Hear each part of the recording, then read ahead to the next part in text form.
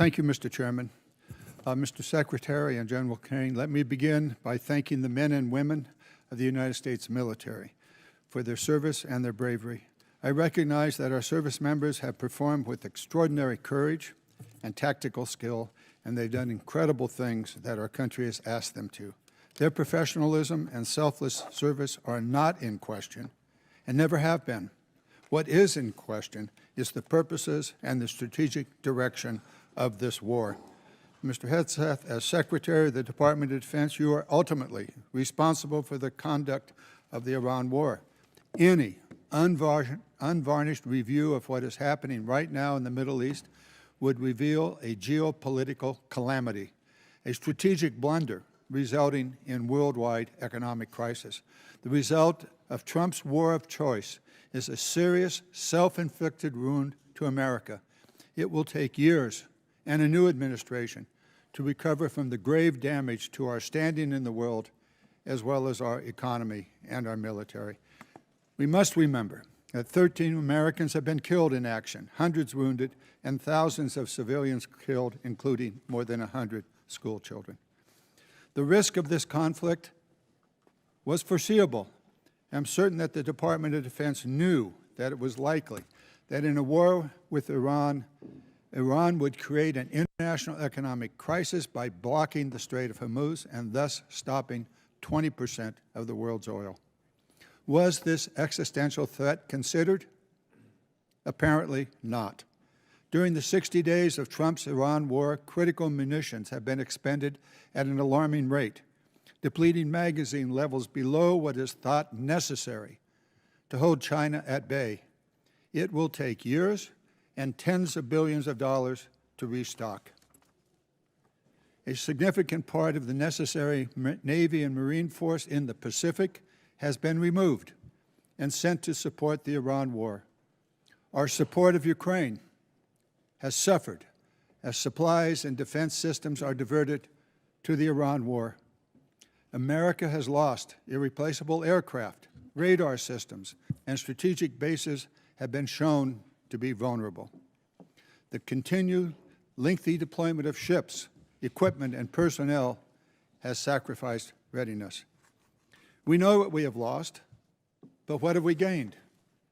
Let's consider that the regime in Tehran is still intact, with new and more radical leadership, as are Iran's ballistic missile and drone forces, as is Iran's ability to rebuild their military industries.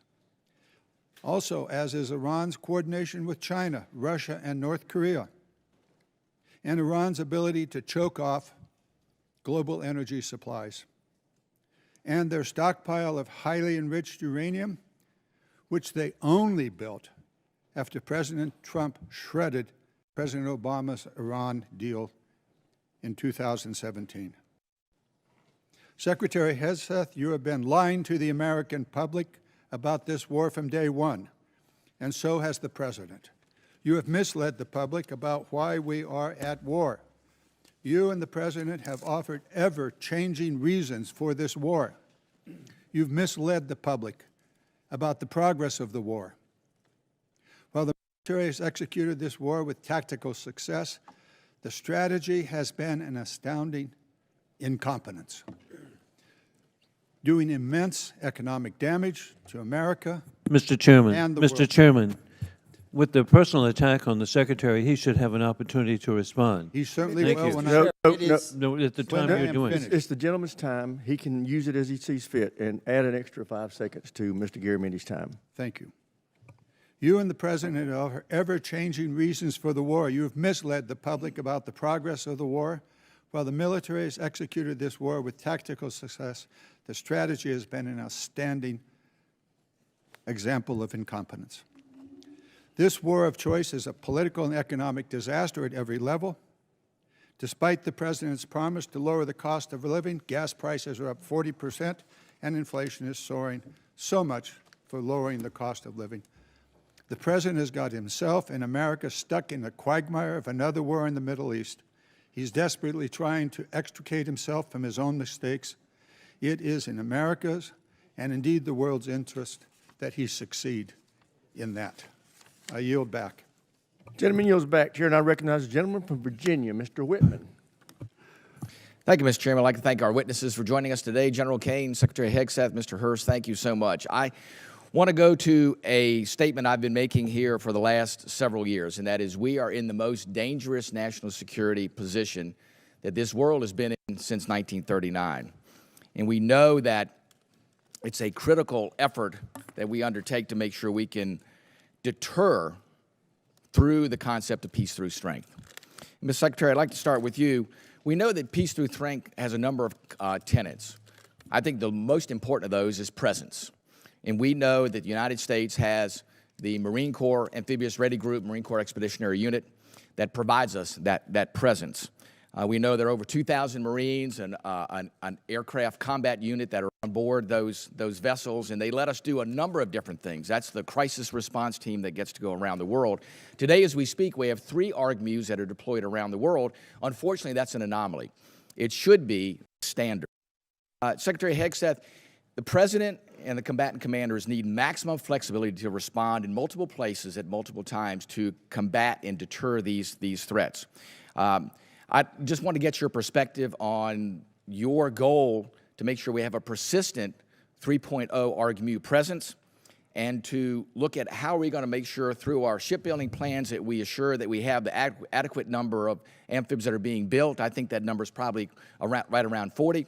And then what are we going to do to make sure, too, that the A-sub-O, the operational availability, is going to be at the level where we can maintain an ARGMU 3.0 with the effort we have to put in to maintain these ships? So thank you for the question, the substantive question.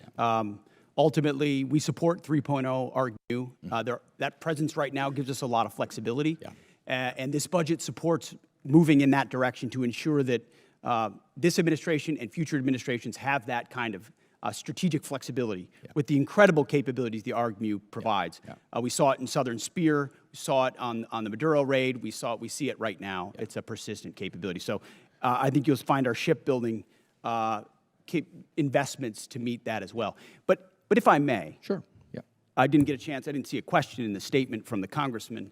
I hope you appreciate how reckless it is. When I said reckless, feckless, and defeatist of congressional Democrats at the beginning, that came after watching you say the same thing on CNN this morning, a quagmire. My generation served in a quagmire in Iraq and Afghanistan, years and years of nebulous missions and utopian nation building that led us to nothing. What we have right now, the way you stain the troops when you tell them 2 months in, Congressman, you should know better. Shame on you. Calling this a quagmire 2 months in.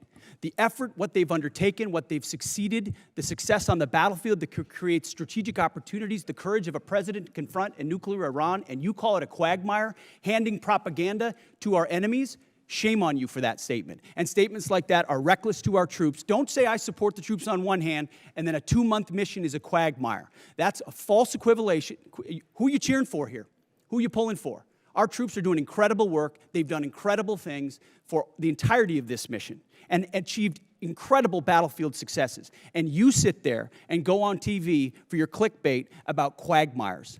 It undermines the mission. Your hatred for President Trump blinds you to the truth of the success of this mission and the historic stakes that the president is addressing, which the American people support. Iran's been at war with us for 47 years. You want to talk about a forever war? For 2 months, this president has stared them down. He's going to get a better deal than anyone ever has and ensure that Iran never has a nuclear weapon. I know the American people support that mission despite your loose talk and words like quagmire.